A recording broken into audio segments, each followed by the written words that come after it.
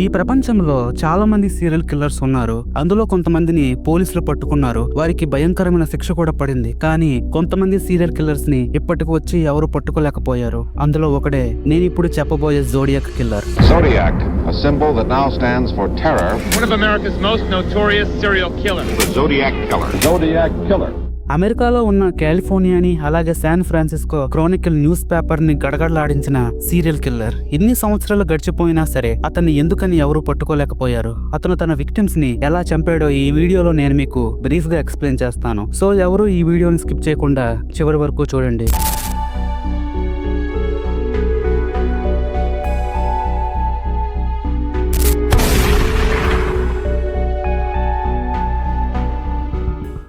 అది December 20, 1968 కాలిఫోర్నియాలో David ఇంకా బెట్టి అనే ఇద్దరు కపుల్స్ వారు ఎవరూ లేని చోట కార్ ని పార్క్ చేసి వారిద్దరు ఒకరితో ఒకరు మాట్లాడుకుంటున్నారు. అప్పుడు అక్కడికి జోడియాక్ కిల్లర్ వచ్చి తన దగ్గరున్న గన్తో వారిద్దరిని షూట్ చేసి అక్కడి నుంచి వెళ్లిపోయాడు. ఇక్కడ బెట్టి అక్కడికక్కడే చనిపోయింది. పోలీసులు అక్కడికి చేరుకున్నారు. వారు వెళ్లేసరికి చనిపోయి ఉన్న బెట్టి డెడ్ బాడీని చూశారు. అదే విధంగా మరణంతో పోరాడుతున్న డేవిడ్ ని కూడా వారు చూశారు. తరువాత వారిద్దరిని హాస్పిటల్ కి తరలించారు.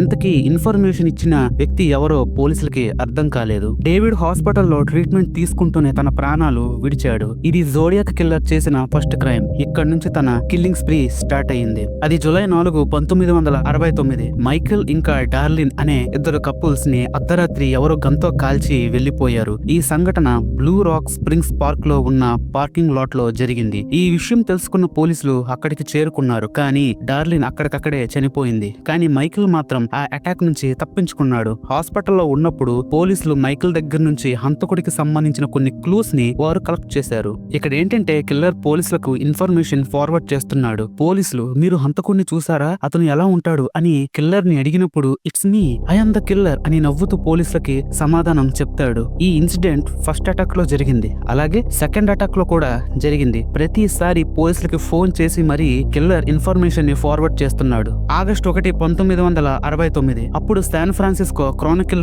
న్యూస్ పేపర్ కి జోడియాక్ కిల్లర్ కొన్ని లెటర్స్ ని రాసి పంపించాడు. ఆ లెటర్స్ ని శాన్ ఫ్రాన్సిస్కో ఎగ్జామినర్ రిసీవ్ చేసుకుని చదవడం స్టార్ట్ చేశాడు. ఆ లెటర్స్ లో ఇలా రాసి ఉంది: లాస్ట్ ఇయర్ క్రిస్మస్ లో 2 టీనేజర్స్ ని చంపింది నేనే. 4వ తారీఖు జూలై నెలలో ఒక అమ్మాయిని కూడా నేనే చంపాను అని ఆ లెటర్ లో రాసి ఉంది. మిగతా లెటర్స్ అన్నిటిలో చాలా కాంప్లికేటెడ్ అయిన కోడ్స్ ఉన్నాయి. మీరు నేను రాసిన కోడ్స్ ని న్యూస్ పేపర్ ఫ్రంట్ పేజ్ లో ప్రింట్ చేయకపోతే నేను ఒంటరిగా ఉన్న మనుషుల్ని చంపుతాను ప్రతి వీకెండ్ అని హెచ్చరించాడు ఆ కిల్లర్. వేరే దారి లేక ఆ ఎగ్జామినర్ కిల్లర్ చెప్పినట్లుగానే చేశాడు. ఆగస్టు 4, 1969 మళ్ళీ కిల్లర్ దగ్గర నుంచి కొన్ని లెటర్స్ వచ్చాయి. కానీ ఈసారి వచ్చిన లెటర్స్ లో ఆ కిల్లర్ తనని తాను జోడియాక్ అని మెన్షన్ చేశాడు. ఆగస్టు 5, 1969లో ఇద్దరు వైఫ్ అండ్ హస్బెండ్స్ ఆ కోడ్ ని డీకోడ్ చేశారు. ఆ కోడ్ లో ఇలా రాసి ఉంది: I like killing people because it is so much fun. It is more fun killing wild game in the forest because man is the most dangerous animal of all. To kill something you need the most thrilling experience అని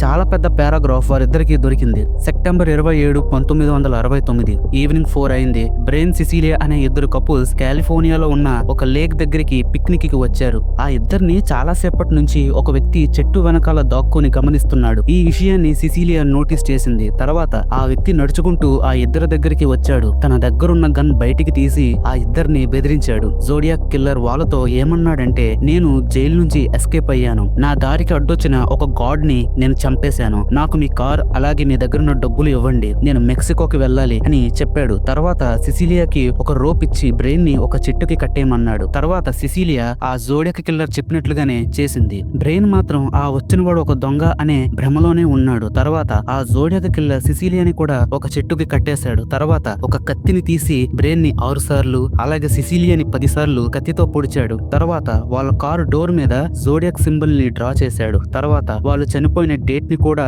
ఆ car door మీద రాసి అక్కడ నుంచి zodiac killer వెళ్లిపోయాడు. ఆ అరుపులు విని ఒక ఫిషర్ మ్యాన్ ఇంకా తన కొడుకు ఆ ప్రదేశానికి చేరుకున్నారు. తర్వాత పార్క్ రేంజర్స్ కూడా అక్కడికి వచ్చి ఆ ఇద్దరికి సహాయపడ్డారు. తర్వాత ఆ ఇద్దరిని దగ్గరలో ఉన్న హాస్పిటల్లో జాయిన్ చేశారు. సిసిలియా కోమాలోకి వెళ్లిపోయింది. 2 రోజుల తర్వాత ఆమె చనిపోయింది. అదే రోజు ఒక విచిత్రమైన వ్యక్తిని ఆ పార్క్ లో ఉన్న కొంతమంది చూశారు. ఆ సంఘటన జరిగిన కొన్ని రోజుల తర్వాత అక్టోబర్ 11, 1969 జోడియాక్ కిల్లర్ ఒక క్యాబ్ డ్రైవర్ ని చంపాడు. తన దగ్గరున్న గన్ తీసి ఆ క్యాబ్ డ్రైవర్ కి ఒక హెడ్ షాట్ ఇచ్చాడు.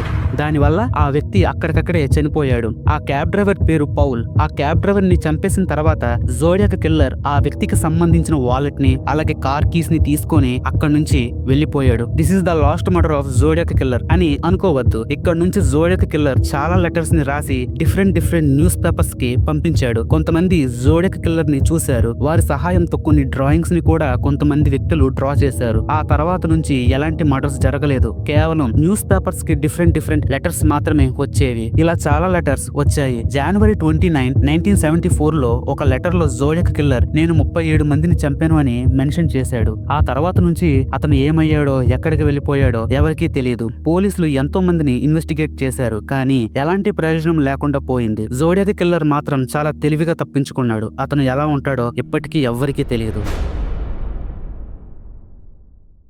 ఈ వీడియోకి ఇంతే గైస్. ఈ వీడియో మీకు నచ్చితే లైక్ చేయండి, షేర్ చేయండి. ఇలాంటి మరెన్నో వీడియోస్ కోసం మా ఛానల్ని ఇప్పుడే సబ్స్క్రైబ్ చేసుకోండి. Thank you everyone.